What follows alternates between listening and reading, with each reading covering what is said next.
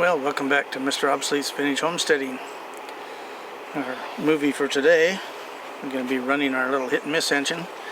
Our last video we talked about it and stuff and wasn't quite ready to run at that point, but anyway, we're going to do a couple of different things. First, one of them we're going to be doing one man's junk as somebody else's better junk, and then we'll show a project that we finished up, and then the last part of the video we'll come back and run the engine for you.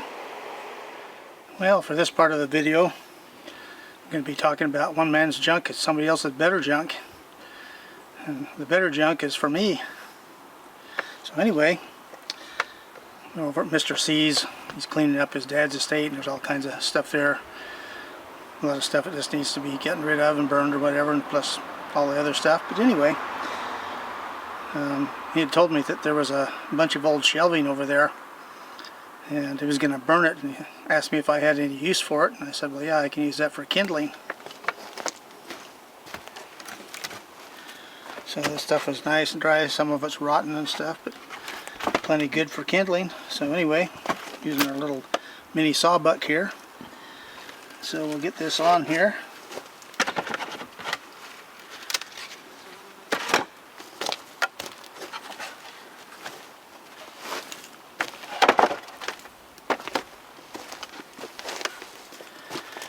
And you can see I have them leaning back, and the reason for that is that the chain is going to be pulling against it, and so I'll put the saw so that it's virtually right up against the dogs here, and so it won't try to kick out on me. So anyway, get the eyes and ears on and be right back. Well, the saw we're using, another donation from Mr. C. This is a 1979 Frontier F35, 36cc or 2 cubic inches. So anyway, I was pretty tired, had some bad broken pieces on it. I found some used stuff and put a new chain on it and whatnot, but anyway, it cuts really good. It's a powerful little saw. So get my ears on and get cutting.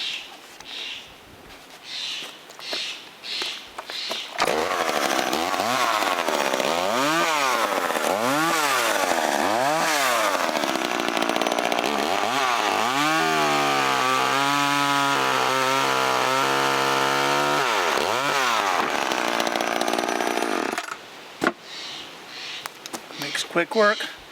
Be right back with some more wood.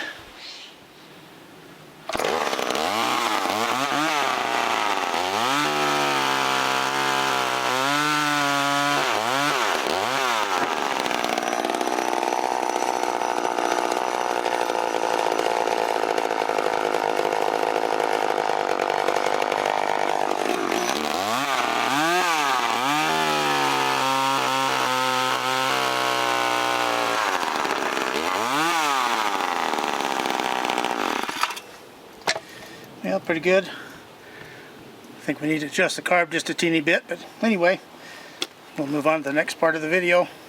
We're going to be using our kindling splitter here.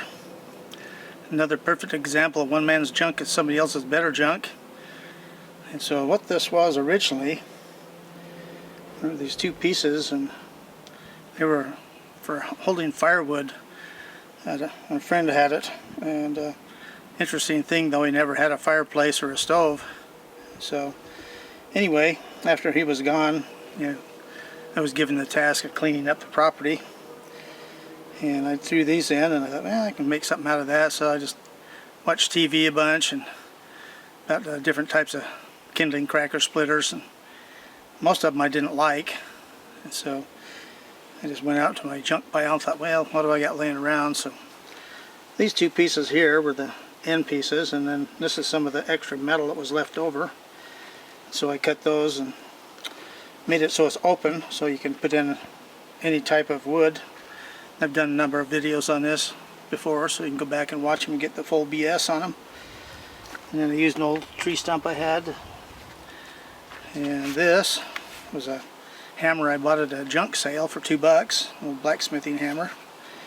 And I did a video on soaking this in boiled linseed oil for 2 weeks because the handle was extremely dry, and then we stripped it all down and been coating down here too. But you can see how that penetrated so well, and this thing is just really good. Even though it's got a lot of notches and stuff like that, it's really strong and works great. So anyway,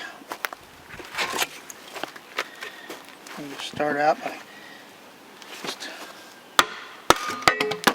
and you can cut it any size you want, and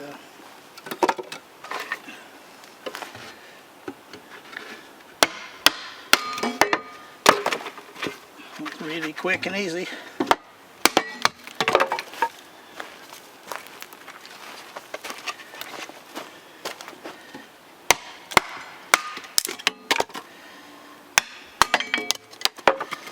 And so anyway, I've been talking about this again. You know, the metal and stuff was free. I bought this axe head at a junk shop for $2, and I just put a bar across here and welded it on here. Interesting thing about this axe head, it's a real low quality one. The metal is really soft and it doesn't hold an edge very well, but for kindling it doesn't need to be real sharp, and plus, you know, you're not going to cut yourself on it easily unless you do something really stupid. So anyway, this stuff burns really hot, and I generally like pieces about that size there.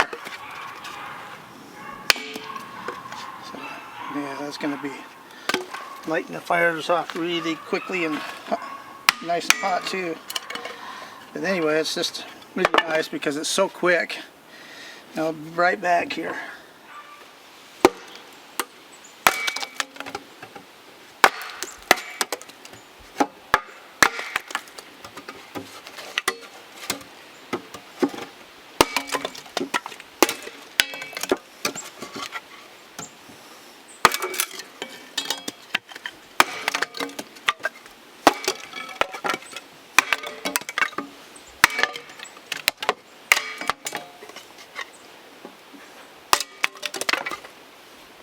Quick and easy. Okay, like I say, it's great for splitting kindling, but you know, if you have a hunk of wood like this, it's all odd shape.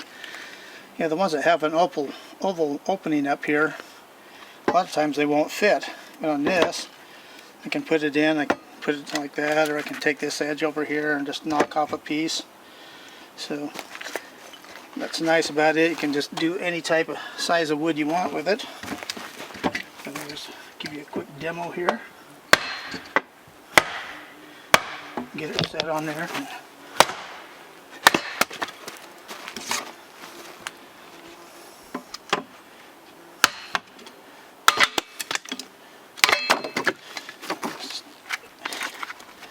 Really quick and easy. You know, a wide piece like that, and just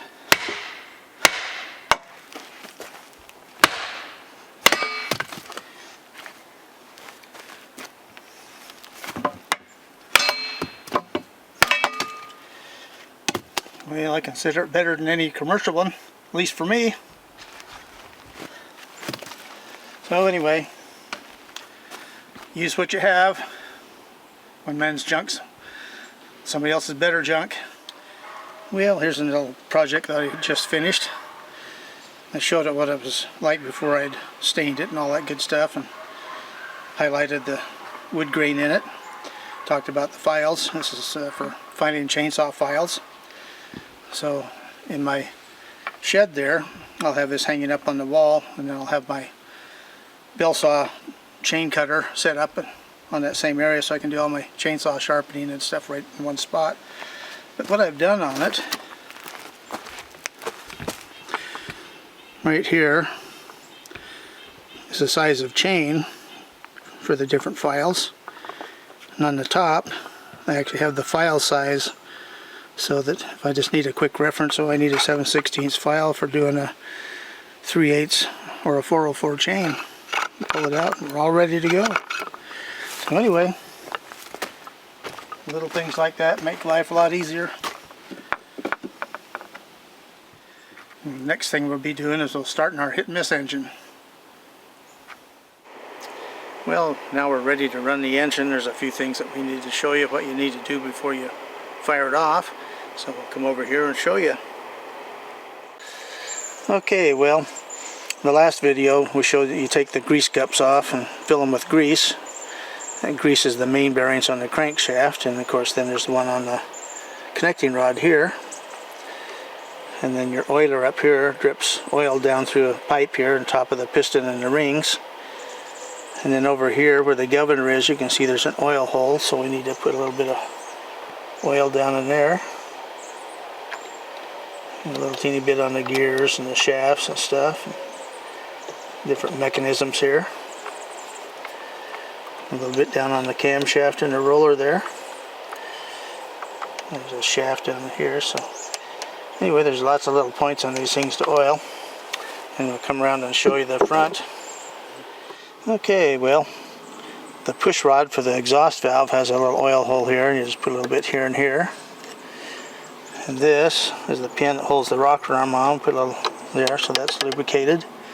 And just a little drop on the intake and exhaust valve there.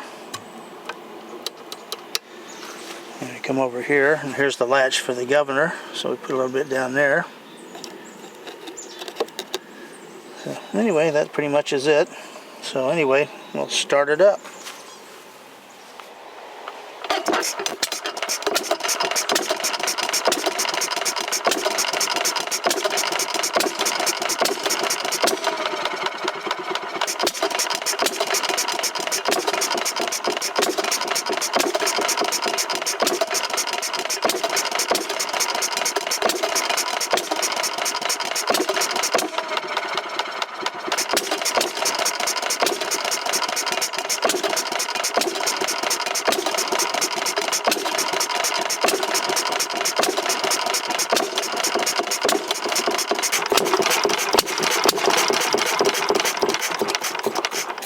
Like I say, it's so touchy. Just the tiniest bit of adjustment makes it not run.